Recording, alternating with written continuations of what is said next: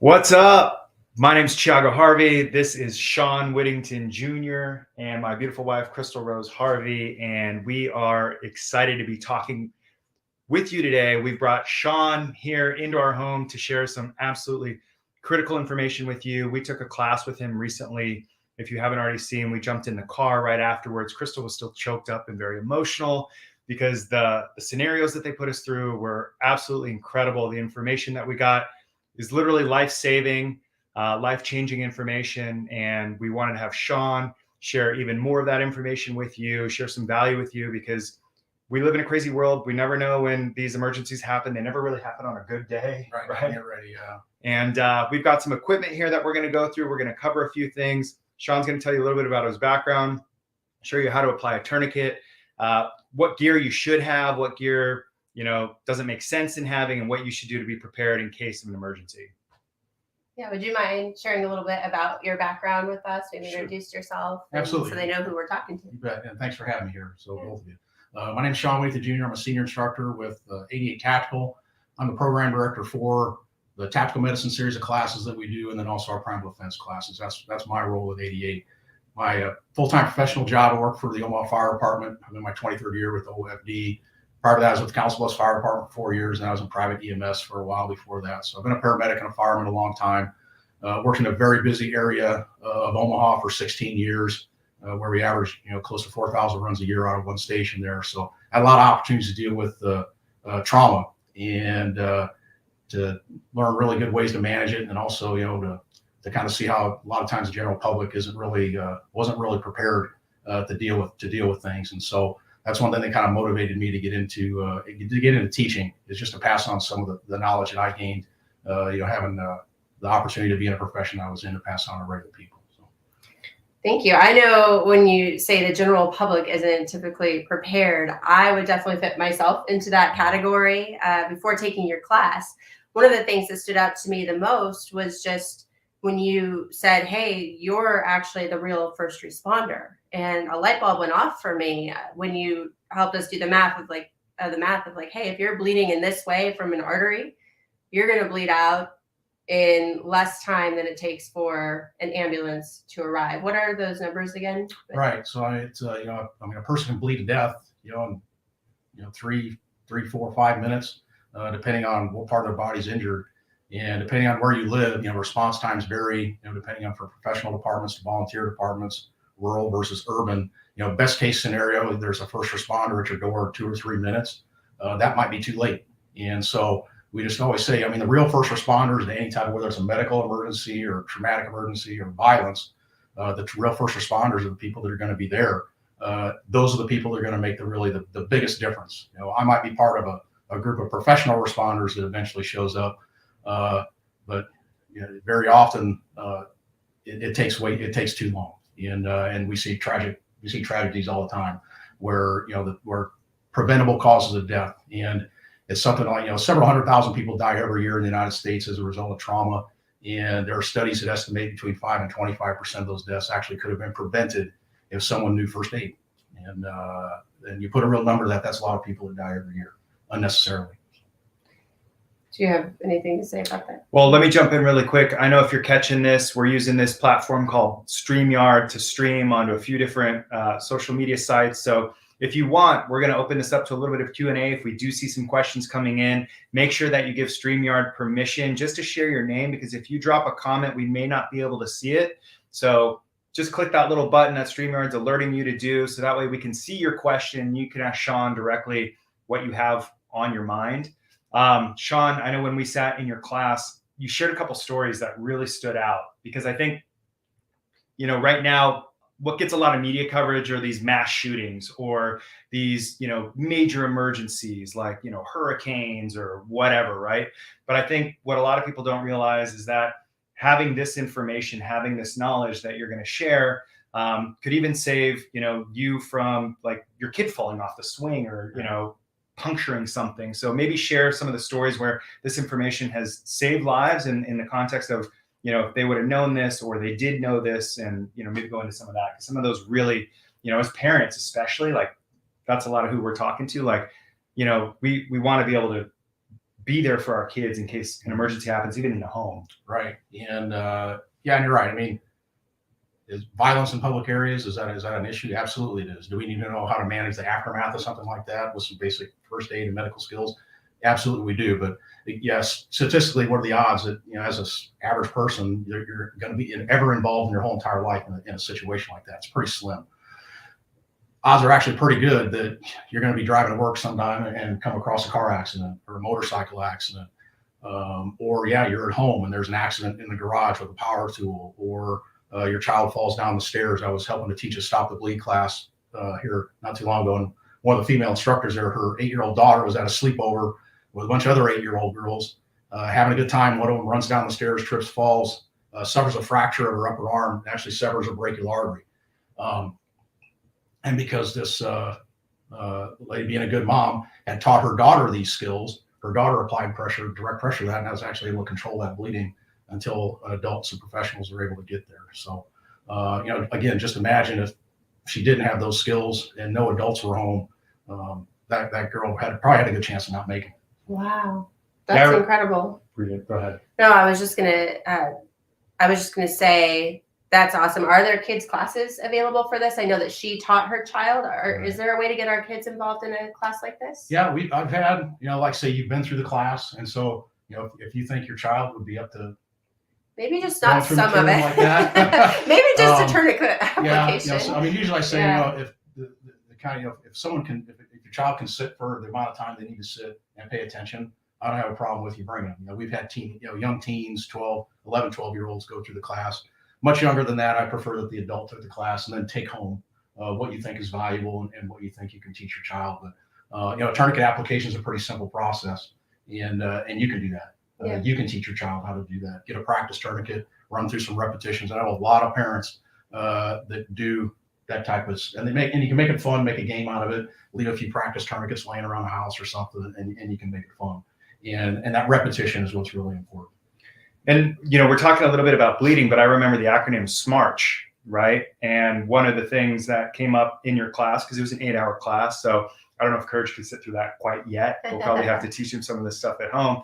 But I remember there was a couple of different videos that you shared. One of them was the guys on the bikes racing down. And I think, even if you don't have a tourniquet, like what would you say? Like, applying pressure, right? Is one of the most critical things you can do for massive bleeding. And then that other video, maybe you can share a little bit about both those things that would be valuable to the audience, was the woman who was riding in the go-kart track and her hair got stuck. But everybody, we live in this crazy day and age where instead of jumping in to render aid, something I learned about the Good Samaritan law.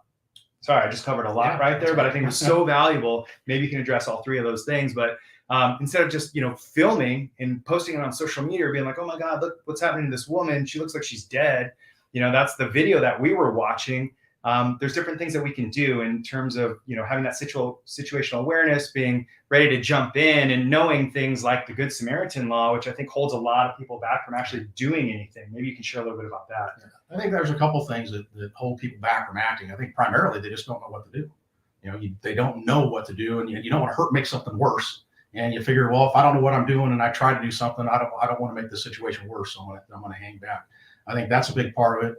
And then again, feeling some personal liability. Hey, if I screw this up, is this person going to sue me in court? Am I going to be financially ruined and things like that? So, you don't know what you don't know. So, that's why I teach classes like this. The Stop the Bleed, the class, depending on where you live, if you're not from this area, there are Stop the Bleed instructors all over. If you want to go to just a good 60 or 90 minute class to learn how to control life-threatening bleeding, that's a pretty good class to go to. And so, just kind of specifically talking about bleeding, that's, it's really what kills trauma patients is they bleed to death, and no one should die from uncontrolled bleeding. No one should die from uncontrolled bleeding. So we have different methods of controlling life-threatening bleeding. Primarily, direct pressure is the main method I've used as a professional responder, in almost 30 years of being an EMS to control life-threatening bleeding is good focused direct pressure because it works. It's pretty effective. Outside of that, if it's in an extremity, you can use a commercial tourniquet. And that's what we focus on in our basic class is using commercial tourniquets. We don't really get into improvised tourniquets too much. That's part of our advanced curriculum. But a commercial tourniquet should be part of everybody's immediate aid kit. It should be in your vehicle. It should be in your house. No, there's really no substitute for that. with life-threatening bleeding in an extremity. The video you mentioned with the mountain biker, in the video, as a mountain biker goes over his handlebars and part of the handlebars catch him in his groin and severs actually his femoral artery. And these guys do a very, very good job of manually controlling that. That's about as bad as it gets. That type of bleeding, just using their hands and their body weight, and they're able to save that guy's life out in the middle of a trail, kind of in the middle of nowhere. So, and then the video you mentioned with the go-kart, that goes into, that woman wasn't bleeding to death. She was actually had an airway problem. She was riding this go-kart. It's a big indoor facility. Here in Council Bluffs, right? What's it called? Joe's Karting. Yeah. Yep. And her hair had fallen out of the back of her helmet. It was really long, got wound up in the wheel, and it pulled her backwards. The back of the helmet hit a fixed part of the cart, and then the wheel was still trying to pull her head out of it, and the chin strap was choking her to death. And you got there in the video, there's literally an entire warehouse full of people that just stand around and look at this, including the employees. And I'm not blaming them for anything, because their policy may very well be, don't touch anybody that's injured. Call 911. And it was several minutes before, I can't tell you exactly how long it was. It was probably a little while before first responders got there, and they were able to cut her hair and take that pressure off her throat. And then even when he got there, I noticed in the video, it was at least a couple minutes kind of just assessing the He had to situation before he determine, realized exactly what was going on. Yeah, and I actually know that police officer personally that responded to that, and he called me and we talked about it, because he was a little frustrated with himself, because he's like, gosh, it took me so long. It felt like it took forever for me to figure out what was going on, and how can I get better at that? And I'm like, well, John, I think you did pretty good. Yeah. At the end of the day, you had a good result. You figured out what was wrong. You fixed it, and helped this lady start breathing again. Like, there's something maybe you can improve, maybe just the speed and efficiency of your physical assessment, and just do some repetitions. Practice it a little bit. But I think he was beating himself up a little bit unnecessarily over that. Well, that's definitely not something you see every day. Right. I mean, just looking at her, Right. she almost looked like she had passed out. You wouldn't think Right. her hair was stuck in the tire. Yeah, I That's think like the we last asked thing this you in would this think. class, like, hey, what do you guys think happened? You paused the video, and I think most of us thought like she OD'd or something. Yeah. You couldn't really tell. Or hit something and got knocked unconscious is Yeah. usually real common things. Unless you've seen the video, I've never had anybody think, oh, maybe her hair fell out and got caught in the wheel. So, Yeah. and that's why we practice those physical assessments. We got to find what is wrong, and you have to take your hands and put them on people to do that. Medicine is touching people, and sometimes we have to figure out what's going on. It takes a little bit of critical thinking, but it's not rocket surgery. Right? Yeah. It's just having a plan, and basically, how do I find out if there's anything killing this person right now that I can do something about? Well, I think your class was so valuable because, I think we came away with a lot more confidence in one another. Like in his class specifically, like obviously there's Stop the Bleeding. What was really cool about your class, and why I want to direct so many people to what you did, was that, that SMARCH acronym covers so much more. I think the first one is, safety or securing the space. Right. M is massive bleeding. A stands for airway. R stands for respirations. Are they breathing? I think C was circulation. H was. Is this our quiz? I'm trying to impress the audience here. I think I got most of it. I'm trying to remember H, head, injury, right, or hypothermic. Hypothermia, and then evacuation. And E was like, yeah, get out of there, escape, how to escape safely. So We paid attention in like, class. Yeah. Crystal, like they taught us how to like move a body. Like if you're in an injured person, if you're in like, a hot zone or even a warm zone, like you mentioned, like how to move people. And I think, you were able to actually move me. Maybe you can share a little bit, Crystal, about like what you got out of actually, picking up a 185-pound dude. Well, for one, it feels much different than you would think. I've seen people drag bodies on shows and things like that, and I've always thought, oh, if I had to, no problem. But it definitely, there's a special way to hold and all these things that we learned there. And I definitely gained a lot of confidence, even in those few moments of trying that. I'm like, wow, I can lift a dude. That's cool. That gives me, so much more motivation to just keep my personal body strong, my personal body healthy, going to the gym, lifting, staying strong, eating well. Like those things are all so important just for my own responsibility, my own health. But I also see how that benefits the people around me in a whole different way. And I know I'm not going to be a bystander after taking your class. I'm not going to see somebody. I built the courage and the confidence, even in just those 8 hours. I know I still have so much to learn, and I'm going to continue to learn and get stronger in that. But actually being able to experience that, it definitely formed something new in me in just an 8-hour experience. And so I feel more confident being able to care for our children, and also anybody's children, or, God forbid, we do end up in some situation, which is more likely now than it once was, unfortunately, in the world that we're in, just of the mass shootings or these types of things that seem to be happening more often. I would love to look around and know that other people in our community have also taken the responsibility that we have to take care of our fellow people. I mean, I would love to look around and be like, oh, they were in that class, and know that even if I'm not present, my children are safe because they're around adults who have taken those classes, or kids who have taken those classes. It's just like, I can just see how this is so important for the whole community, not just the individual, and how we're all capable. And really, it really is our responsibility. I believe that now. This information is available. We can't just wait for the ambulance to show up. It's not enough. Right. And I like to say, we're obviously at AD Tactical. We're pro Second Amendment, and we do a lot of tactical and firearms type training. But just like you said, this information applies to everybody, whether you're pro gun, anti-gun. I don't care if we agree politically or not. Everybody should know this stuff. Everybody, because this can happen. Trauma doesn't care how you voted, and things like that. So every citizen, every person needs to know just very basic skills.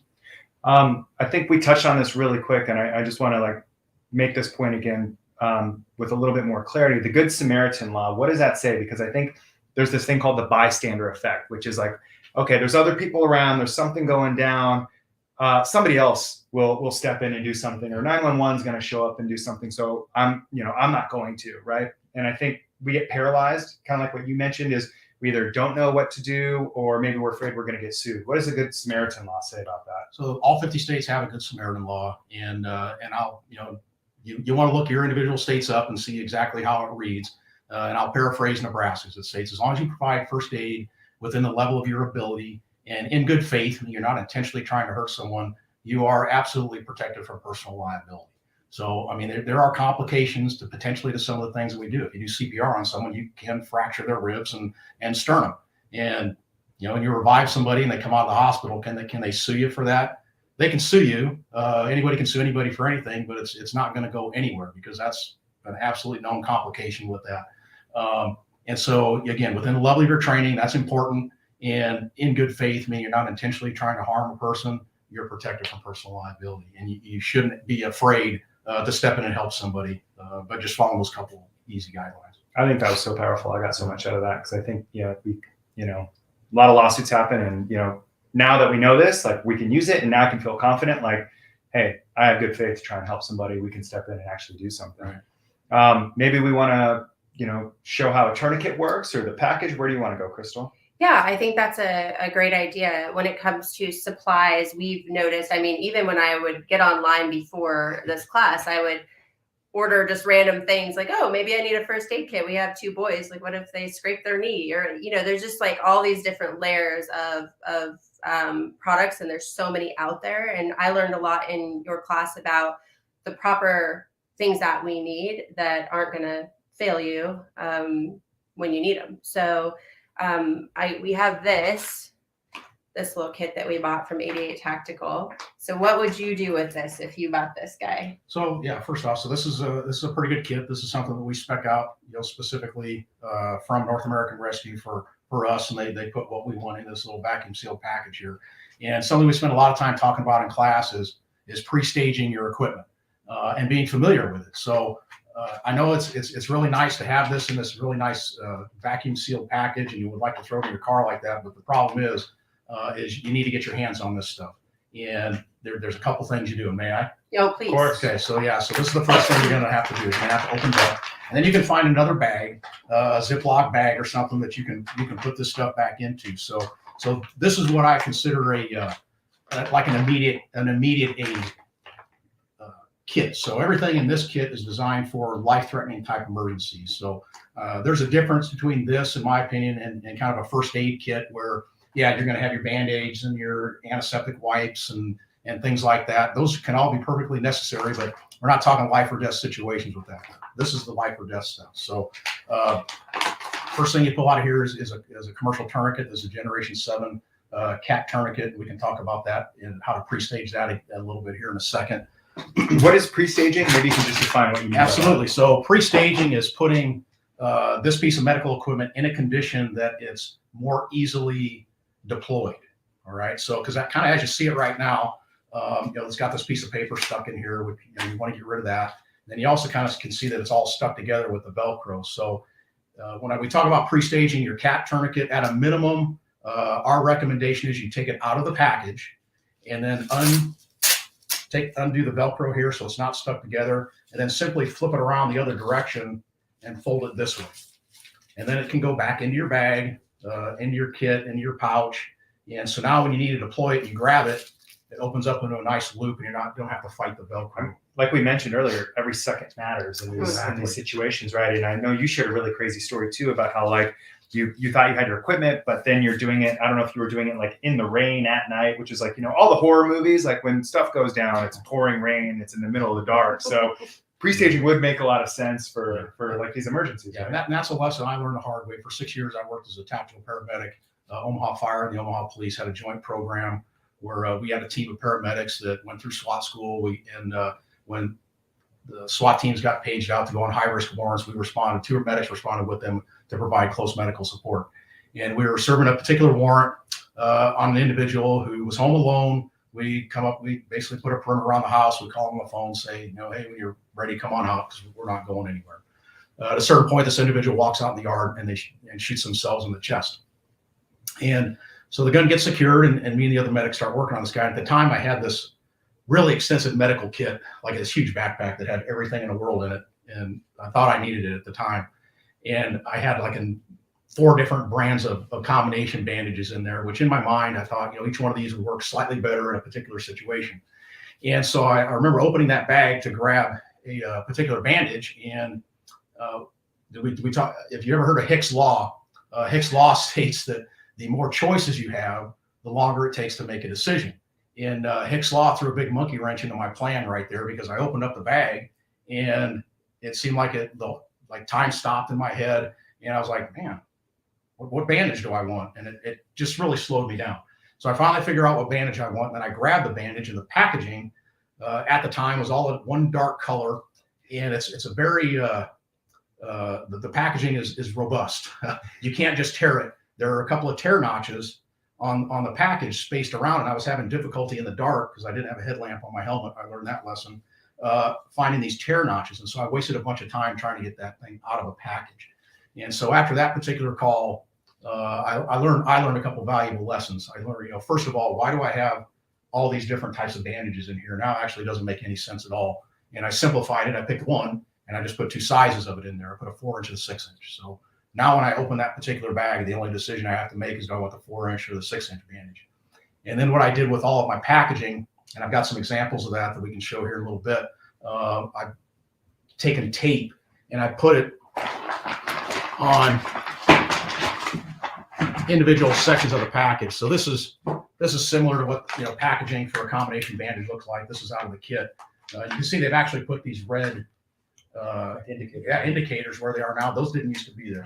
And that didn't help me. So, but even though those red indicators are there, actually I'll just take a piece of tape, bright colored duct tape, and I'll put it near those, so it's something I can feel, I can see it. And this stuff can actually get kind of slick when your hands could be wet with water or body fluids, and it makes it easier to open, which again translates into time.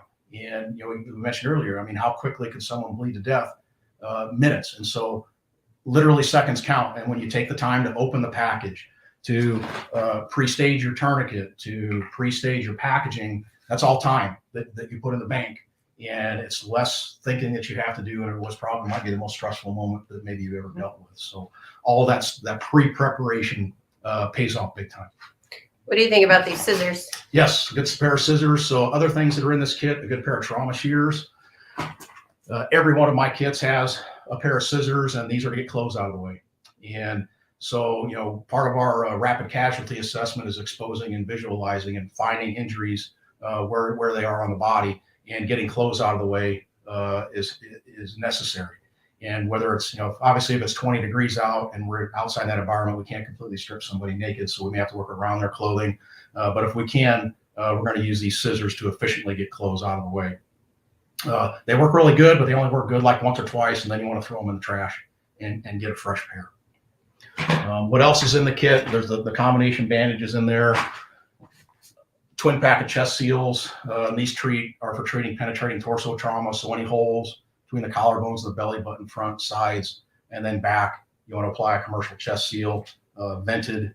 And why is that important? I learned a big lesson in that I never even considered. If you can maybe talk about penetrating bullet wounds, Right. How they work and why that would be better than just having bandages. Right. So anytime someone suffers a penetrating injury to their torso, again, collarbones, belly button, front, sides, back, what can happen is air can vent through that hole, and it affects how our lung. It can basically disable a lung.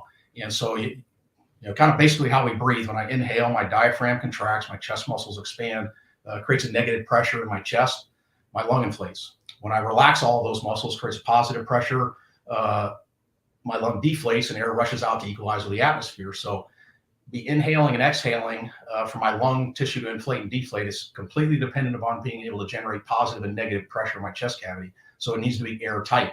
And if I've got a hole right here, and now every time those muscles expand and contract, air equalizes through the hole, the lung tissue isn't inflating or deflating. So you have someone who looks like they're working really hard to try to breathe, but nothing is actually happening inside their chest. So an occlusive seal is what we need to apply. And really the best tool for that job is a commercial chest seal if you have it. It's basically just a big sticker, big, really sticky piece of material that goes over that hole and makes it airtight. Now, can you improvise a chest seal? Sure. There's actually a pretty popular video of a New York City police officer who finds somebody on the street that's been shot in the chest, and he has somebody run into a convenience store and grab a bag of Fritos, I think it is, and he dumps them out, and he uses it to improvise an occlusive dressing. You can use a rubber glove too, Sure right? could. If you have that even, on your even hand. your bare hand, if you wanted to, if it was, if you weren't, with someone you weren't concerned with, bloodborne pathogens, you can simply take your bare hand and put it over the hole, or a gloved hand, any piece of plastic that your kit's in, you can improvise seals with as well.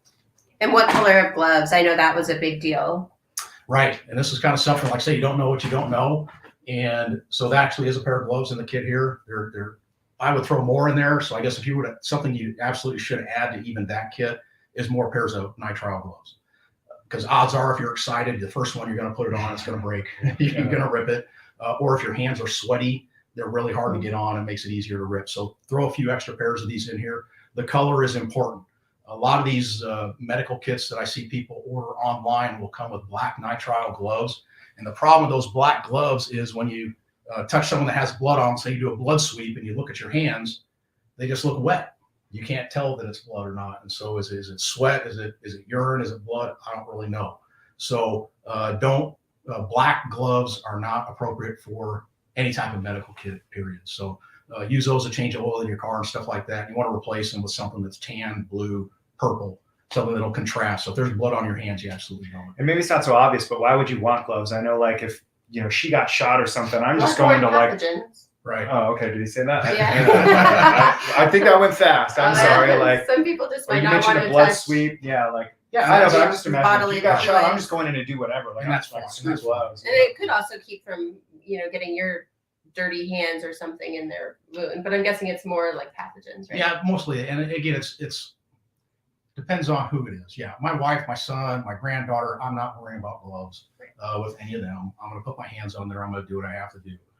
Some random person on the street, I'm going to take the time to put some gloves on. Again, these are just concerns with bloodborne pathogens, which are diseases carried in people's blood. And I want to avoid a direct exposure to anything like that. And that's just how you protect yourself. You just take that second to protect yourself. At a minimum, try to have some nitrile gloves on and eye protection if possible.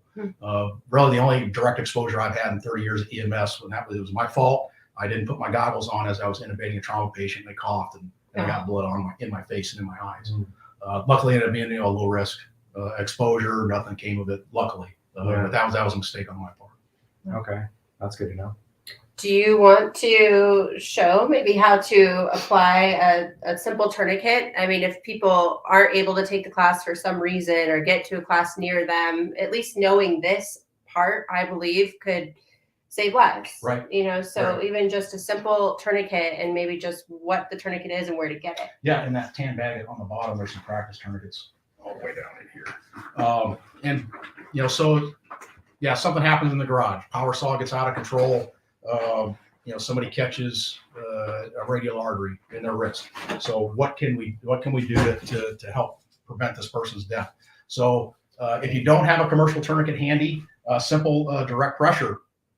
And I've actually treated a couple of radial artery injuries, and one we applied a tourniquet to, the other we just simply used direct pressure. So for Tiago here, I want to get these bracelets out of the way first. So these would come off, whether with, you know, if we could pop them off quick, we would, or I'm just gonna take scissors and we would cut them off. Okay. Might not be happy about that, but that's I'd rather have you save my life than right. the We're gonna get bracelets. them out of the way. And frankly, all I did was I simply took my hands like this and I squeezed them together, and it worked. And I was able to control a radial artery, complete dissection with simply that my two hands like this. Now, how much pressure am I putting on that? I mean, you literally just curled my fingers. Quite a bit. So Yeah. this actually takes some effort. And at a certain point, I actually started getting fatigued doing this, and we switched off. I had help, and we're able to switch off between a couple of people. But that's the amount of pressure that it took. And Yeah. so I think for the average person, you know, if you've never had to take your hands and put them on another person and control, you know, life-threatening type bleeding, which is, you know, bleeding that's spurting, pooling, or moving, it's going to take probably more effort than you think. And that's really, you know, direct pressure works very, very well, but it can become fatiguing after a while because it takes some effort to do. Now, if I have access to a commercial tourniquet,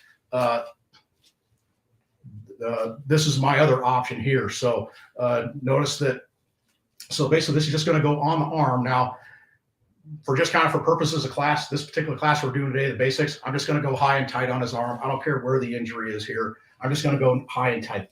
All right. So the point is, I'm bleeding down here, right? In this example, like you got to stop it above where the You have blood's to be, coming yeah, from. you have to be above the injury. Okay. And, you know, in the class, we go over, you know, we talk about isolated versus non-isolated injuries. If it's isolated, you know, 2 to 3 inches above the injury is fine. But just not to overcomplicate things today. If you go high and tight, you're always right. Okay. So we'll just go with that for this. Are most tourniquets going to be large enough for biceps like mine? Yeah. I mean, we've got hardly So just stupid. enough. Okay, I just want to make sure because you know some people out there have huge arms like Right. me, and I just want to make sure that they can be confident. In what I brought they the do. extra large tourniquet for just that purpose today. This isn't the kids one. No. So then what I got to do here is I got to get the slack out of this. If you turn kind of this direction. Sure. So this is a really important step here that unfortunately what most commonly I see missed when we do stressful scenarios is people will put this on too loosely, and then you're turning and turning and turning and turning before this ever gets tight. So once I'm going to take this, I'm going to bring the Velcro onto the Velcro just short of the clip right here. Then I'll take 3 fingers. And if I can easily slide 3 fingers under this, it's not tight enough. Now I'm going to go back to here, yank this down, bring the Velcro just shy of the clip. Now it's tight enough. Now enough of the slack is out. For those of you that carry ratcheting style tourniquets, like for instance, like the RMT, this step is critical because if there is too much slack in this, when you start ratcheting it, you can actually run out of ratcheting and it's not going to be effective. All right. So this is an important step. And then I'm simply going to turn this windlass one direction or the other. It doesn't matter until this bleeding stops. Okay. And tell me when that starts feeling uncomfortable. That's uncomfortable. So we haven't even gone a half a turn. And that's because we did a good job of getting the slack out. So that's how quickly this actually starts working. All right. You can do what you got to do. Yep, we're going to turn it till the bleeding stops. And then I'm going to secure the windlass in that clip. All right. Then if I have any excess tail here, I'm going to pull it through the securing clips. And I want to do this because if I don't want this dangling out here, because as we start moving him, if this gets caught on something, it can release. So I'm going to pull it through the clips and then secure everything under the time strap. Okay. And if you have the ability to write the time on here, that's okay. Otherwise, just, you know, when EMS shows up, just tell them, hey, this thing's been on, you know, about 8 minutes. So, because we'll want to know the time of application. And that's it. That's how simple that is. Is there any harm that can come from a tourniquet? Potentially. So even a good commercial tourniquet can potentially cause nerve, muscle, and vascular injury. So don't apply tourniquets to things that don't need it, right? There's not, you know, pulsating, moving, pooling blood probably doesn't need a tourniquet. Okay. Pulsating, moving, pooling. That's when you know you need a tourniquet. Right. Okay. Right. And if it doesn't, direct pressure with bandages is probably what you Correct. do. Yeah. If you don't have access to a tourniquet, direct pressure. Now, let's say you got the tourniquet on, you got it literally as tight as you can get it, and it's not being effective. Maybe it's in a bad spot. Maybe you got it too close to a joint, so you can loosen it and reposition it. It's okay to go over the clothes, but not too many clothes, over maybe one shirt. But if you have a bunch of bulky clothing, that can affect how it works as well. If you go over a leg and if there's something in a pocket that you didn't notice, that can all affect it. So you may have to re-loosen it, reposition it, and then reapply it. If it's still not working and you've got it as tight as you can get it, and you have access to a second tourniquet, you can apply 2 tourniquets to 1 limb.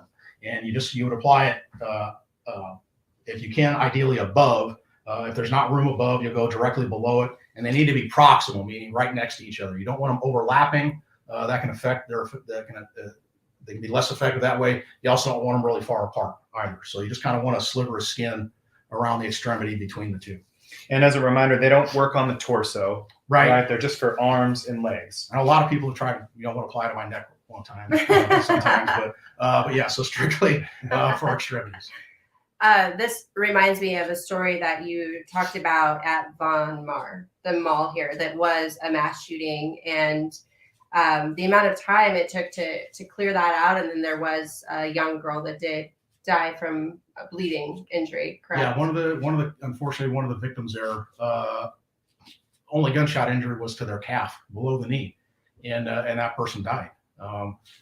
That's the definition of a preventable death, but unfortunately she was unable to help herself, and no one else there was in a position to help her either. And again, so it just kind of reiterates what you said earlier. The real first responders are the only people that were going to make a difference in her survival was her or someone else on that scene, because law enforcement, fire rescue, EMS couldn't have got there any faster. And if it's a scene of violence like that, fire rescue we're going to stage it a little bit away. If somebody's shooting people over there, fire EMS, that's not a fire EMS call, that's a police call. And once police have secured that, then it's our job to get in there and take care of the aftermath. But, like you say, Von Mauer, the Westroads Mall, it took over 2 hours to clear that mall and make it safe, right? So, like I was saying, when you need a cop, they're too far away. We're never there when you need us. We're going to always be too far away. So the responsibility for your safety is you. Yeah, I think about that. I'm like, wow, somebody in that store had this training, or if she herself did, she might still be here today. Yeah. And it's wild to think about. Thiago's getting a drink of water, but do you have anything else that you would like to cover, or that you wish the public knew? Yeah, I just get the training. Don't be a person standing around. I mean, it's helpful when people video things because it makes great training videos for me. But unfortunately, that's what seems to be most people's kind of just standard response now, is to get their phones out and videotape, someone else's trauma and someone else in trouble. And I get it. If you don't know what to do or you're afraid of making things worse, we can help you with that. There are training courses available everywhere, not just at 88 Tactical. We're available locally here in the Omaha metro area. We do travel. So if anybody that's watching this is interested in hosting a class, contact me, and I bet you we could probably work something out. Or I promise you, there are probably very qualified people in your area where you live that can help you. And it's like any type of training, vet the instructors, see what their backgrounds are, and go take the class. I think it's something I've tried to do, is to distill it, a class into, what do you absolutely need to know? Could I make this a 3 or a 4 or 5 day class? I could, but it's going to be a bunch of stuff you don't need to know. And so we kind of break knowledge down in a couple of ways. So what do I need to know? What's good to know? And then what's fun to know? And we have classes for all of that. This class is the need to know stuff. And it doesn't have to be a 2 day class. It doesn't have to be any more than maybe, 7 hours, one day out of your week that you can come in and you're going to walk away with a lifetime with some skills. And again, and I like to say that, after going through that particular class, you don't have to be a bystander anymore. you can step in. You're going to have a plan. You're going to know what to do. So I think now people might want to, leave this video and go to Amazon and say, okay, I got to get a tourniquet, right? Right. So what are the do's and don'ts on getting some of this equipment? Because I remember that was really critical too, because you're like, a lot of people could easily make the mistake and maybe buy like the $5 tourniquet. Right. Yeah. Thank you for bringing that up, because that is super important. So when you purchase medical equipment, especially tourniquets, you want to buy them either directly from the manufacturer or from an authorized representative from that manufacturer. 88 Tactical, we will only recommend TCCC approved tourniquets, and the the Committee for Tactical Combat Casualty Care, that's the group that's responsible for approving military or medical equipment for our military personnel. So their approved list of tourniquets, every tourniquet on that list has gone through a rigorous vetting process where it's been field tested, studied, and there's actual data that shows that those tourniquets on that list do what they're supposed to do. So purchase a tourniquet off of that list. And I think there's something like 7 or 8 of them on that particular list. When you decide to pick a tourniquet, again, buy either directly from the manufacturer or an authorized representative from that manufacturer, because there are counterfeit versions of these on the market. You can go on Amazon and find something that looks exactly like this for about $5 or $10. They're Chinese crap. All right. I would not bet my life, my family's life, or anybody's life on one of those working. Those do make great training tourniquets, because a CAT tourniquet is going to cost you about $25. All the tourniquets on that approved list are going to run $25 to $35. That's what they cost, and that's what you're going to spend. Some manufacturers say it's okay to practice with your tourniquet that's in your kit. Some say they don't want you practicing with it. CAT tourniquet's one of those. So if I can't practice with it, there's nothing wrong with buying one of those cheap Amazon tourniquets, writing training on it with a marker, a permanent marker, and then using it for training. One of the agencies I work for bought like 50 of those for some continuing education we did this year. And in the first week, they broke 4 or 5 of them. And did you say how much this one is? About $25. So in my personal experience, we practiced with those in class, and we played with different ones. But when we practiced with those, but then later in the class, when we actually were applying a tourniquet that I hadn't worked with yet, I preferred this one. The ratchet style? Yeah, I didn't like the ratchet style. I thought it was a lot harder to pull. Just personally, I preferred this one out of the ones that I tried. I think for like a small child too, I could imagine this might be easier to. Yeah, and this is effective on, we do put tourniquets on kids if it's necessary. And a CAT tourniquet is effective on limbs as small as 5 inches in circumference. And that's pretty small. That's about a 6-month-old arm. And these can actually be effective. And so it was, after one of the recent shootings, it was the elementary school shooting that happened. Our department had some questions because, hey, they didn't know what size limb do these things actually work on? Do they work on kids? And so I was consulted on that a little bit. And yeah, 5 inches in circumference. Have I ever personally applied a tourniquet to a limb that small? I haven't. So actually, what I did, I went home. I found I had a piece of table leg that measured exactly 5.1 inches in circumference, and I wrapped this around it. And the first thing I noticed was that I only had about that much, you can see it, Velcro attaching and holding it. There's about an inch of Velcro that's holding this closed, all right?